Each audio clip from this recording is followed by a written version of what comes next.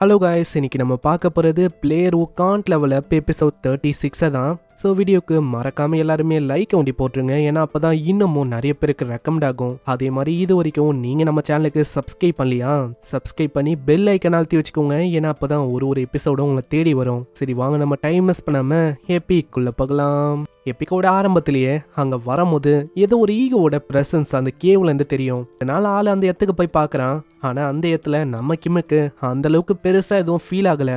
Low, எலி, பர்னாட்டு இவங்க கிட்டலாம் கேட்கும் போது எனக்கெல்லாம் ஃபீல் ஆச்சு அப்படின்னு தான் அவங்க சொல்கிறாங்க. இன்னொரு பக்கம் நம்ம கிம்மு அங்கே லோ கிட்ட கேட்குறான், இந்த பையனோரு ஆந்திரஸ் வீட்டுக்கு போகிறதுக்கு முன்னாடி லோ இவங்களை பற்றி எனக்கு சொல்லு, ஏன்னா உனக்கு ஏகப்பட்ட விஷயம் அவங்கள பற்றி தெரிஞ்சிருக்கு அப்படின்னு நான் யோசிக்கிறேன். சரி நான் சொல்கிறேன், ஆனால் இன்னமும் எனக்கு ஒரு டவுட் இருக்கு. என்னன்னா எல்லா விஷயத்தையும் என் கிட்ட ஒண்டி நீ கேட்டுக்கினே இருக்க, அது ஏன், அதை பத்தி நான் தெரிஞ்சுக்கலாமா? உன்கிட்ட கேட்கும் போது லோ நீ வந்து ரொம்ப டிஃப்ரெண்டா ஆக்ட் பண்ணுவ, ஆப்வியஸா இதுக்கு முன்னாடி எனக்கு தெரியாத விஷயத்த ஏதாச்சும் நீ சொல்லுவேன், அதுக்காக தான். அதுக்கப்புறம் லோ அங்க எக்ஸ்பிளைன் பண்ண ஆரம்பிக்குது. இந்த ஆந்திரோஸ் அதாவது இந்த பாய்மோன்ஸ் இவங்க எல்லாருமே டீமன்ஸோட டிசெண்டண்டா இருக்கவங்க.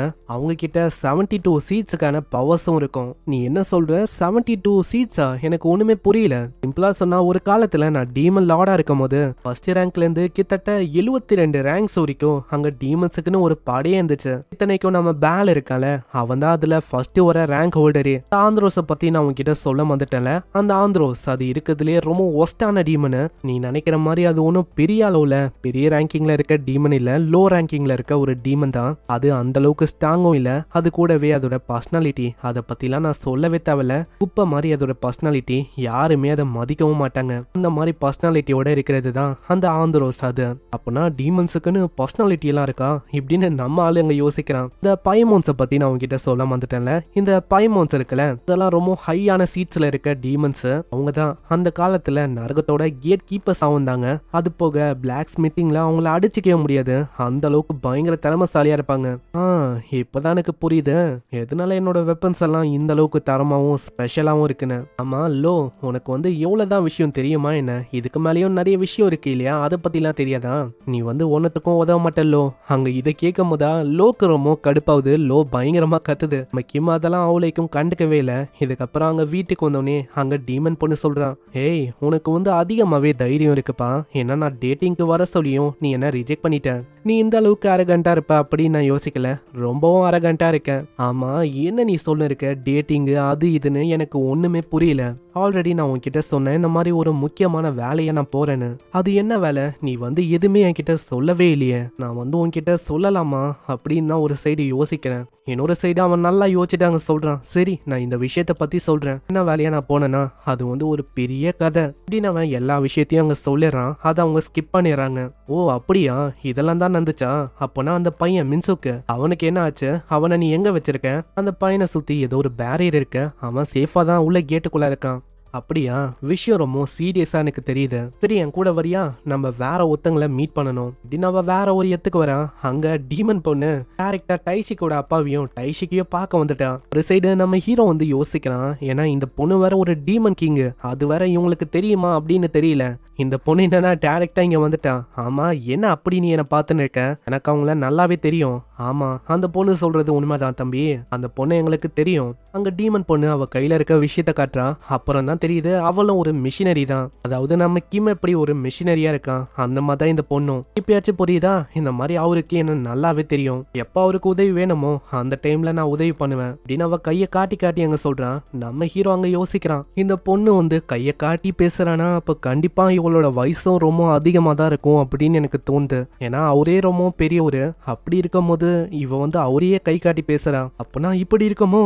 எத்த கம்பேர் பண்ணா வேற ஒரு உலகத்துல டைம் ரொம்ப டிஃப்ரெண்டா ஃப்ளோ ஆகும். அப்படி பார்த்தா என்னோட ஏஜ்மா தெரியலாம், ஆனா அந்த பொண்ணு அப்போ பிரசிடென்ட் அளவுக்கு ரொம்ப வயசானவளோ. அங்க இப்படி நம்ம ஆளை யோசிக்க, அங்க டீமன் கிங்குக்கு இந்த விஷயம் தெரிய வருது. அங்க இதனால அவங்க ரெண்டு பேருக்கு அங்க ஒரு சண்டை போயின்னு இருக்கு. நான் ஒன்னும் இந்த கிழவ மாதிரி இந்த அளவுக்கு எல்லாம் வயசானவ இல்ல, நான் ஒரு கிளவிலாம் இல்ல நீ நினைக்கிற மாதிரி. ஆனா நீ கைய காட்டிலாம் பேசுற, அதை வச்சுதான் நான் அப்படி சொன்னனே.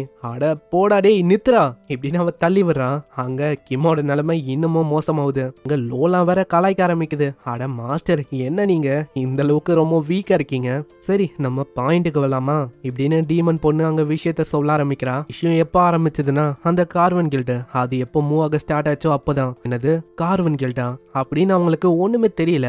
ஆமா என்ன ஆச்சு, உங்களோட மூஞ்ச பார்க்கும் போதே தெரியுது உங்களுக்கு அதை பத்தி தெரியாதுன்னு. ஒரு சைடு நம்ம மேனேஜருக்கு ஏதோ ஒரு வகையில அங்க கேட்ட மாதிரி இருக்கு. இத பத்தி நம்ம கிம்முக்கு அவங்க தெரிஞ்சிருக்கு. மேனேஜரும் யோசிக்கிறாரு, ஏதோ ஒரு வகையில இவங்க கேட்டிருக்காங்க. அப்புறம் தான் அவங்க ரெண்டு பேருக்கும் விஷயம் ஞாபகம் வருது. தியோன்னு ஒரு பர்சன் அந்த இடத்துக்கு போய் ஜாயின் பண்ணிருப்பானு. தியோ யாருன்னா ஸ்டார்டிங் எபிசோட்ல இவனை காட்டியிருப்பாங்க. நம்ம ஹீரோ கரெக்டா உள்ள வரும்போது சாரிப்பா இதுக்கு மேலேயும் என்னால பண்ண முடியாது அப்படின்னு சொல்லிட்டு அங்க போயிருப்பான். அவனே தான் இவனோட பேரு தான் தியோ. அங்க எதுக்கு இவன் சாரிப்பா அப்படின்னு சொல்லிட்டு போயிருப்பானா, அந்த கார்வன் கில்டு அங்கல இருந்து ரெக்வஸ்ட் வந்திருக்கும். உடனே யோசிக்காம அக்செப்ட் பண்ணிக்கிட்டான். அன்னைக்கு நம்ம மேனேஜருக்கும் இந்த விஷயம் தெரிய வந்தது, நம்ம கிம்முக்கும் தெரிய வந்தது. நம்ம கிம் டைரக்டாவே கேட்டாராம் டீமன் கிங்குக்கும் பிரசிடென்ட்டுக்கும் இந்த கார்வன் கில்ட பத்தி எவ்வளவு தெரியும்னு. அதை பத்தி சொல்றதுக்கு முன்னாடி ஃபர்ஸ்ட் விஷயம், உனக்கு எவ்வளவு தெரியும் இந்த டவர்ஸ பத்திலாம்? எனக்கு தெரியற விஷயத்த பத்தி சொன்னா, இந்த உலகம் இல்ல கவுண்ட்லெஸ் ஆன மத்த உலகமும் இருக்கு. அது எல்லாத்தையுமே இந்த டவர்ஸ் இதுதான் ஒரு செயின் மூலமா கனெக்ட் செய்த டவர்ஸ். அது கொஞ்சம் கொஞ்சமா இந்த உலகத்தையே அப்படியே முழுங்க ஆரம்பிக்குது. அங்க இப்படின்னு எல்லா விஷயத்தையும் சொல்லும் போது அந்த இடத்துல திடீர்னு அவனுக்கு பயங்கரமா தலை வலிக்குது. அதுக்கு காரணம் அங்க பெனால்டி தான். ஏன்னா நம்ம கிம் இன்னமும் 50th ஃப்ளோரை கம்ப்ளீட்டே பண்ணல. அங்க தலை வலிக்குதா ஆளு பயங்கரமா கத்துறான். கிம் என்ன ஆச்சு, என்ன விஷயம்? அதுவா உங்களுக்கு இவனை பார்க்கும் போதே தெரியலையா? அதுக்கு காரணம் அந்த பெனால்டி தான். அப்பனா இன்னமும் அவன் 50th ஃப்ளோரை கம்ப்ளீட்டே செய்யலையா? ஆமா அது உண்மைதான். இந்த மாதிரி இன்ஃபர்மேஷன் கேட்கறதுக்கு அவன் இன்னமும் குவாலிஃபை ஆகல. ஒரு சைடு நம்ம கிம் அவங்கள பத்திலாம் யோசிக்கிறான். என்னதான் நான் எவ்வளவு பவர்ஃபுல்லா இருந்தோம், 50th ஃப்ளோரை கம்ப்ளீட்டே செய்யல. இப்போதைக்கு என்ன பார்த்துதான் அவங்க சிச்சுன்னு இருப்பாங்கன்னு நினைக்கிறேன். அங்க பிரசிடென்ட்டும் சொல்றாரு, ஆமா நீ என்ன சொல்ற, அதாவது உன்கிட்ட இந்த அளவுக்கு வளர்ச்சி இருக்கு, அப்படி இருந்தோம் நீ 50th ஃப்ளோரை கம்ப்ளீட்டே பண்ணலையா? ஏன்னா நீ ரொம்ப ஸ்ட்ராங்கா இருக்க. யோசிச்ச மாதிரி தான் அவர் அப்படியே தான் யோசிச்சிருக்காரு. ஆனா அதுக்குள்ள டீமன் பொண்ணு கைய மாண்டியாண்ட எத்தனை வந்து ஏதோ ஒரு விஷயத்த பண்றா. நல்ல திரும்ப அங்க கான்ட்ராக்ட் ஆகுது. நீங்க டெம்பரவரியா டீமன் கிங்குக்கு திரும்ப சபார்டினேட் ஆயிட்டீங்க. என்னது சபார்டினேட்டா? ஆமா என்ன பண்ணி வச்சிருக்க? அப்பனா நீ சொல்ற விஷயம் எல்லாத்தையும் நான் கேட்கணுமா என்ன? ஒருப்பா நான் சொல்ற விஷயத்த கேளு. நான் இப்படி உன்னை சபார்டினேட்டா மாத்துறனால இப்போ உன்னால அந்த இன்ஃபர்மேஷனை கேட்கவும் முடியும். அதே மாதிரி சபார்டினேட் அது வெறும் பேருக்கு வேண்டிதான். நான் சொல்ற விஷயத்தெல்லாம் நீ பண்ணணும் அப்படின்லாம் எதுவும் இல்ல. அப்படி எதுவும் இதுல பண்ணவும் முடியாது. ஃபர்ஸ்ட் விஷயம், நீ வந்து ரொம்ப ஸ்ட்ராங்கு. இந்த மாதிரி வீக்கான ஆளுங்க மேல தான் அதெல்லாம் ஒர்க்கே ஆகும். அங்க லோவும் சொல்லுது, மாஸ்டர் அவ சொல்றது கரெக்ட் தான், அது உண்மைதான். இன்னொரு பக்கம் அவங்க ரெண்டு பேருமே கண்ணிலேயே பேசிக்கிறாங்க. ஆமா உனக்கு என்ன தெரியாதா என்ன, அவன் 50th ஃப்ளோரை பாஸே பண்ணலன்னு. ஏன்னா நீ வந்து அவனுக்கு ரொம்ப நெருக்கமானவன். அப்படி இருக்கும் போது உன்கிட்ட கூட அவன் சொல்லவே இல்லையா? அவன் உனக்கு ஃப்ரெண்டு தானே? இல்ல அப்படியெல்லாம் ஒன்றும் இல்லை. அவங்க பேசிக்கிறாங்க. அங்க நம்ம டீமன் கிங் சொல்றான், சரி நம்ம கான்வர்சேஷனை ஆரம்பிக்கலாமா? ஏன்னா கிம் இப்போ உன்னை சபார்டினேட்டா மாத்தினால அதை கூடிய சீக்கிரத்துல நான் ரெட்ரீவ் பண்ணிக்கிறேன். என்னது திரும்பவும் அதை ரெட்ரீவ் பண்ணிக்கிறியா? அப்பனா இதுக்கு முன்னாடி பண்ணதை திரும்பவும் என் கூட இவ பண்ணுவாளா? இப்படின்னா அவனோட மூஞ்ச ரொம்ப சவந்து போகுது. பாக்குற மேனேஜரும் யோசிக்கிறாரு, அநேகமா இவனுக்கு இன்னமும் வலிக்குதுன்னு நினைக்கிறேன், அதனால தான் இவனோட முகம் இந்த அளவுக்கு சவந்திருக்கும். இன்னொரு பக்கம் டீமன் பொண்ணு எல்லா விஷயத்தையும் சொல்ல ஆரம்பிக்கிறான். இந்த டவர்ஸுக்கு மேலேயும் சில பேர் இருக்காங்க. அதே மாதிரி கிம் சொன்ன மாதிரி இந்த டவர்ஸ் இது வந்து கொஞ்சம் கொஞ்சமா இந்த உலகத்தை சாப்பிட ஆரம்பிக்குது. ஒன்ஸ் இந்த உலகத்தை மொத்தமா முழுங்கிச்சுன்னா அவ்வளவுதான். டவர்ஸ் மேல இருக்கிற அந்த வித்தியாசமான ஆளுங்க அவங்க கீழே வருவாங்க. உங்க பவர்ஸை வச்சு இந்த உலகத்தையே ஒட்டு மொத்தமா அழிக்கிறதுக்கும் வாய்ப்பு இருக்கு. ஆனா இப்போதைக்கு நம்மளுக்கு கவலை வேணாம், ஏன்னா அவங்களோட பவர்ஸ் அந்த அளவுக்கு இருக்காது. டவர் அந்த அளவுக்கு முழுங்கவும் ஆரம்பிக்கல. இவ சொல்றான், எங்கே இந்த எபிசோட முடியுது, என்ன விஷயம் எல்லாத்தையுமே நம்ம நெக்ஸ்ட் எபிசோட்ல பார்க்கலாம். வீடியோக்கு மறக்காம எல்லாருமே ஒரே ஒரு லைக் ஒண்டி போட்டுருங்க. ஏன்னா அப்பதான் இன்னமும் நிறைய பேருக்கு ரெக்கமெண்ட் ஆகும். ஸோ நான் உங்களை நெக்ஸ்ட் எபிசோட்ல சந்திக்கிறேன். தேங்க்யூ ஃபார் வாட்சிங். சைனரா.